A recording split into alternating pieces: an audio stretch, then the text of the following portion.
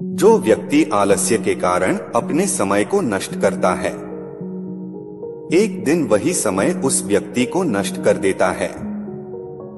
दोस्तों, जीवन में सुख समृद्धि का सपना हर कोई देखता है, लेकिन इसे जुड़े पौधे को तैयार करने के लिए उसे अपने पसीने से सींचना होता है।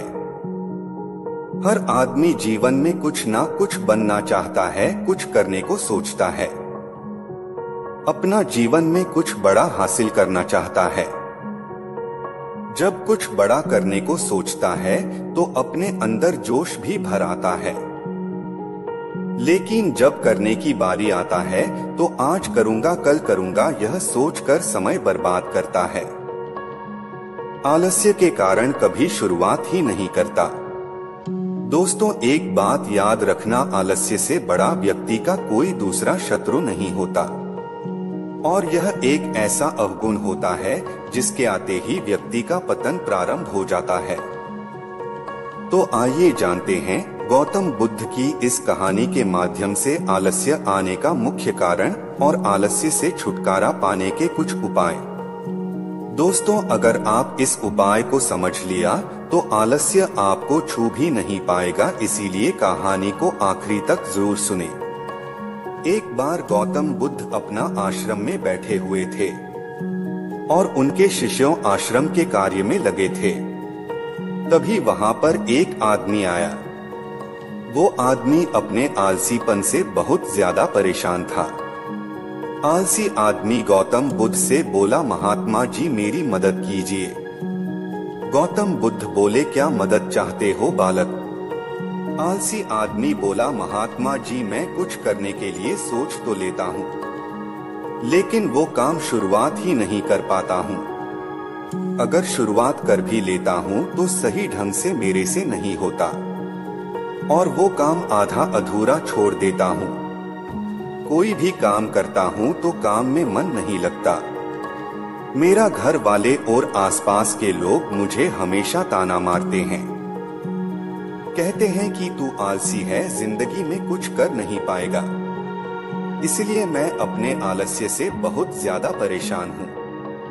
आप ही कोई उपाय बताइए महात्मा जी, जिसे मैं आलसीपन से छुटकारा पा सकूं। गौतम बुद्ध आलसी व्यक्ति से बोले, क्या तुम जानते हो कि तुम आलसी क्यों हो? सोचना तो बहुत आसान होता है, लेकिन करना क्यों मुश्किल होता है?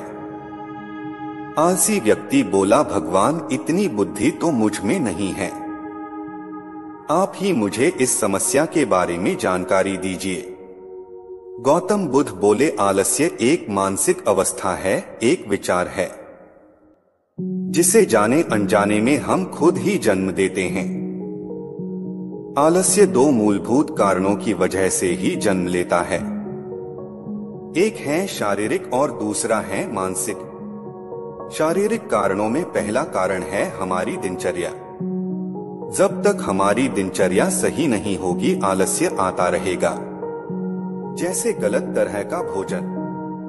हम सभी जानते हैं कि हमारे शरीर को भोजन से ऊर्जा मिलती है, और यह ऊर्जा सजीव चीजों से मिले तो अच्छी, यानी कि प्राकृतिक रूप से जो हमें भोजन की वस्तुएं प्राप्त होती है उनसे अगर यह ऊर्जा मिले तो हमारा शरीर इसे अच्छी ऊर्जा प्राप्त करता है। इसे उलट यदि हम निर्जीव वस्तुओं से ऊर्जा प्राप्त करते हैं तो यह हमें आलस्य की ओर लेकर जाती है। दूसरा कारण, हमारी शारीरिक गतिविधियां भी हमें आलस्य में फंसा सकती है। गौतम बुद्ध ने आलसी व्यक्ति को अपने शिष्यों की तरफ इशारा करते हुए कहा, देखो इनके चलने फिरने बैठने के तरीकों में तुम्हें कुछ अलग नजर आ रहा होगा। आलसी व्यक्ति कुछ समझ नहीं पाया। फिर गौतम बुद्ध ने उसे कहा, मेरे शिष्यों जब भी बैठते हैं तो वे रीढ़ की हड्डी को एकदम सीधा रखते हुए बैठते हैं। चलते हैं तो उनके दोनों पैरों के बीच अच्छे से संतुलन बना रहता है, और जब वह सोते हैं तो उनका शरीर एकदम शिथिल रहता है। ऐसा करने से उन्हें रात्रि में एकदम सही तरीके से नींद आती है। आलसी व्यक्ति बोला, लेकिन नींद तो आलस्य का एक स्वरूप है। बुद्ध बोले हाँ, अगर उसे ज्यादा मात्रा में लिया जाए तो। बुद्ध ने इस बात को आगे बढ़ाते हुए कहा, नींद कम मात्रा में लोगे तो तुम्हें अगले दिन थकान महसूस होगी और ऐसा करने से ज्यादा आलस्य शरीर में आएगा। नींद ज्यादा लोगे तब भी यही परिणाम होगा। इसीलिए नींद को ना ज्यादा ना कम, एकदम सही मात्रा में लेना अति आवश्यक है। आलसी व्यक्ति बोला, हाँ यह तो मैंने भी अनुभव किया है। फिर बुद्ध बोले, अब मानसिक कारणों के बारे में जान लो। मानसिक कारणों में सबसे पहले हैं हमारी पुरानी गलत धारणाएं।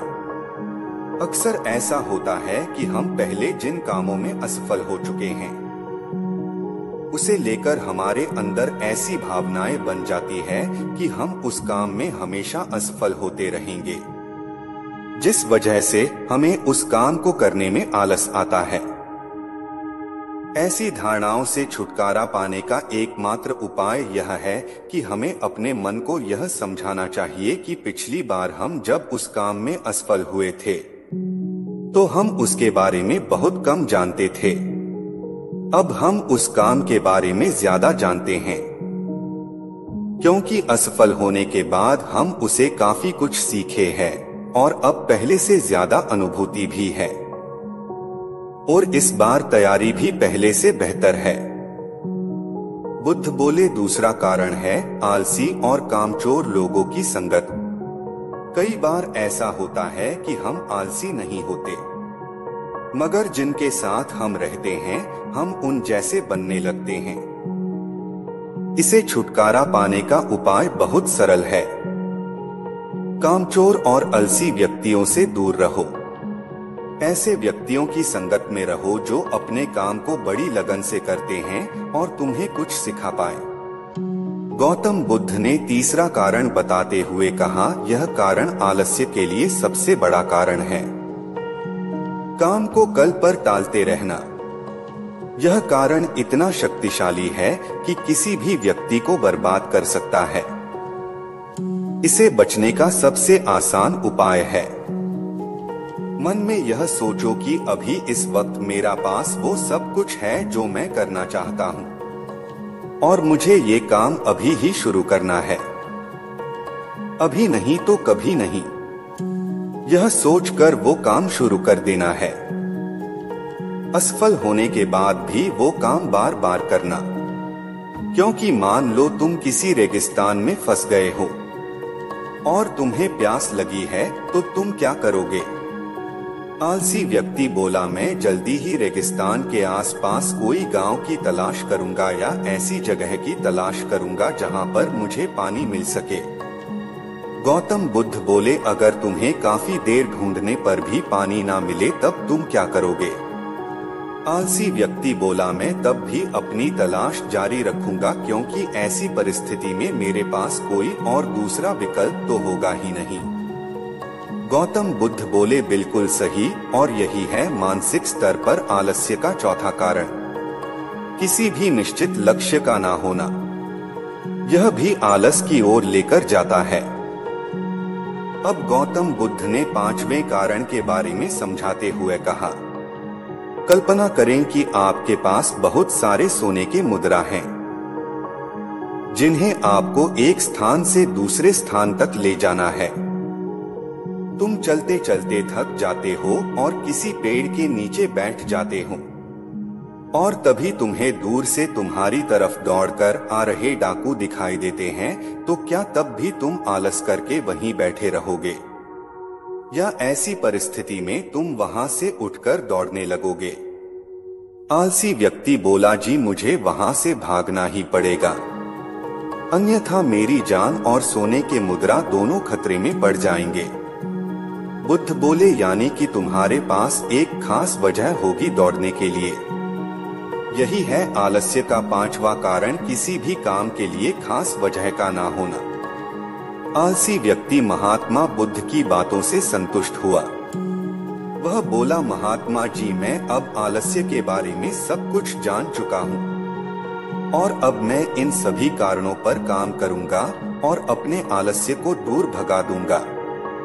दोस्तों आशा करता हूँ गौतम बुद्ध और आलसी व्यक्ति की ये कहानी आपको अच्छी लगी होगी और यह सुनने के बाद अब आप कभी भी जीवन में आलस नहीं करेंगे। दोस्तों यदि आपको लगता है कि यह कहानी आपके किसी मित्र के लिए उपयोगी है तो कृपया इसे उनके साथ साझा करें और मेरा आपसे अनुरोध है कि चैनल को सब्सक्राइब करें और कमेंट में नमः बुद्धाय लिखें और वीडियो को लाइक जरूर करें।